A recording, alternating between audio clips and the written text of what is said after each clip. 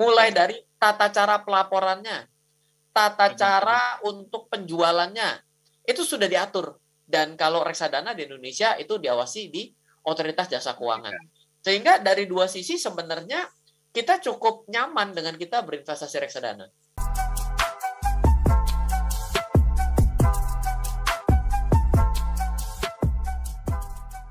Ini temanya ajakan sih sebetulnya. Yuk kita mulai investasi reksadana. Why? Kita perlu tahu lebih why-nya dulu, Mas Ryan. Silakan.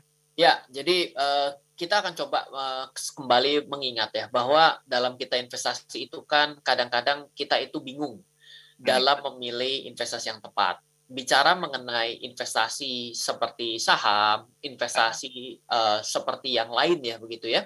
Itu ada beberapa masalah. Yang pertama adalah kita kesulitan untuk membeli dan memilih. Bagaimana caranya kita memilih saham kalau kita adalah orang yang tidak ngerti? Yang kedua, adanya keterbatasan biaya ataupun keterbatasan dana yang bisa kita miliki di awal untuk kita bisa mulai investasi. Sederhana begini, kalau saya bilang bahwa investasi terbaik adalah investasi properti, di mana itu sudah dari zaman dulu aturannya memang diyakini bahwa emas dan properti adalah investasi yang paling bagus katanya gitu ya. Nah, tapi ketika kita tahu bahwa investasi properti bagus, apakah kita bisa membeli sesuai dengan nilai properti yang ditawarkan? Belum tentu. Jadi ada keterbatasan uang yang kita miliki. Dan juga bagaimana cara memilih properti terbaik, juga kita punya masalah tersendiri, apalagi kita menjadi seorang pemula. Nah, reksadana di luar negeri disebut sebagai mutual fund. Reksadana itu datang di mana kita itu tidak perlu memikirkan know-how bagaimana cara memilih instrumen investasi yang baik, karena sudah dipilihkan. Nah, itulah yang dipilihkan oleh seorang manajer investasi. Jadi ketika kita mendengar kata-kata reksadana saham, maka sebenarnya reksadana adalah kita tuh sedang dipilihkan investasi pada saham properti. Pada saham, bukan pada properti, tapi pada saham. Tapi siapa yang memilihnya adalah manajer investasi buat kita. Tapi ada juga reksadana yang bisa berbasis properti. Misalnya namanya adalah DIRE, dana investasi real estate. Nah, jadi kita itu sebenarnya memungkinkan untuk berinvestasi dengan nominal berapapun, di mana reksadana itu memang bisa dimulai dengan nominal yang kecil. Yang kedua, kita juga bisa investasi dengan dipilihkan, tanpa kita mulai memilih ataupun kita pemula sehingga kita nggak mengerti apa-apa. Jadi dua poin utama kenapa memang investasi reksadana itu menjadi suatu hal yang bisa kita ajak orang awam untuk bisa turut bergabung dalam investasi reksadana ini. Oke, itu that's why-nya gitu ya, Mas Ryan ya. Karena begini Mas Ren, kalau kita melihat dari sekian banyak investasi yang mungkin ditawarkan, atau mungkin juga kita sempat membahas ya tentang sebenarnya menentukan investasi itu gampang gitu loh. Lakukan aja apa yang kita sukai terlebih dahulu gitu kan, apalagi khususnya untuk reksadana. Nah, ada nggak satu pertimbangan kenapa orang harus memilih investasi di reksadana? Karena kan saya yakin Mas Ryan Filbert ini udah expert di bidangnya, sehingga ini bisa menjadi sebuah arahan tersendiri gitu ya Mas Ryan ya. Ayo sesuai dengan judul kita nih, kita berani mengajak, kita harus bisa responsible for juga nih Mas Ryan. Ya, betul. Apa the big reason why-nya? Sehingga tema ini tuh betul-betul mengajak kita, sekaligus membuat kita teredukasi gitu loh dengan reksadana. Iya, jadi pertama reksadana itu terjangkau, karena reksadana itu bahkan melalui marketplace hari ini bisa Rp10.000. Yes. Dulu saya mulai nggak semurah itu, tapi seiring dengan waktu menjadi sangat murah. Artinya adalah investasi apa yang bisa Anda lakukan mulai dari Rp10.000 hari ini? Sangat sedikit pilihannya, bukan?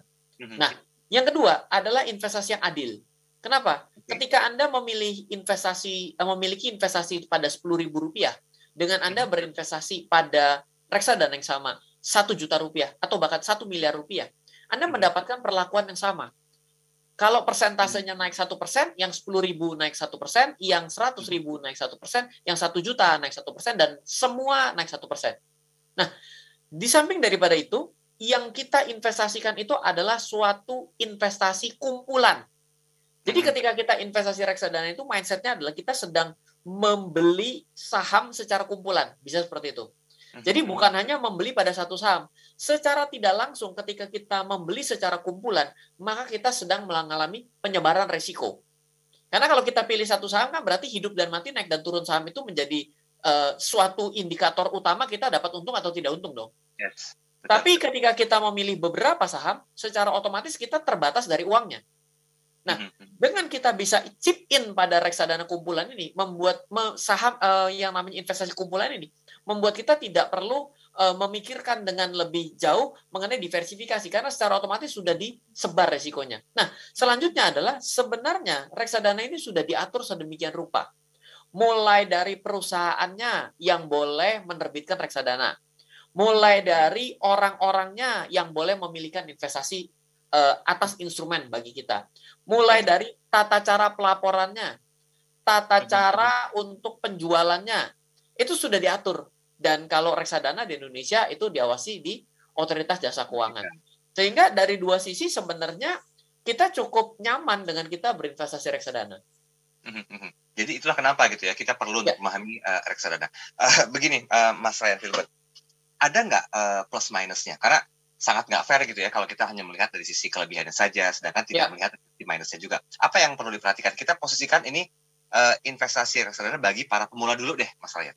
Oke. Jadi begini, minusnya adalah kita kalau misalnya masak sendiri di rumah, sama kita beli makanan di restoran, kira-kira apa yang paling kita bedakan secara dua perlakuan ini? Misalnya sama-sama nasi goreng deh. Kalau di rumah kita masak sendiri, yang paling terasa adalah hematnya. Iya dong. Kalau kita di restoran nggak mungkin dengan seperti di rumah. Artinya mungkin kita harus bayar tempat dan lain sebagainya. Sama.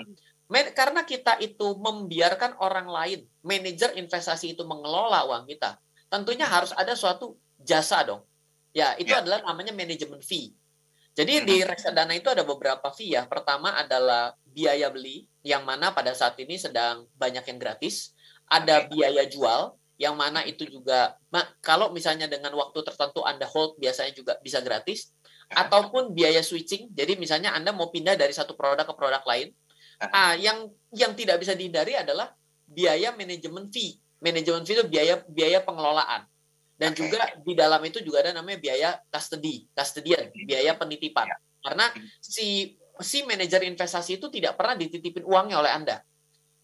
Tapi uangnya itu sudah diparkirkan langsung di bank dan yang ditunjuk, dan juga asetnya sudah diparkirkan pada custodian central effect.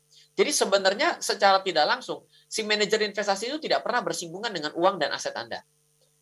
Ya, karena ini sudah dijaga oleh banyak pihak, membuat ini sedikit lebih mahal dibandingkan Anda milih sendiri. Tapi resikonya milih sendiri adalah seperti orang tidak bisa masak, suruh masak, seperti itu. Ya, trial error-nya banyak gitu ya berarti ya. Yes. Mas Ryan, ini baru plusnya ya. Nanti kita singgung tentang minusnya di sesi berikutnya. Kita masih punya 2 sesi lagi untuk bisa mengelaborasi atau mengedukasi Anda tentang investasi reksadana. Nah,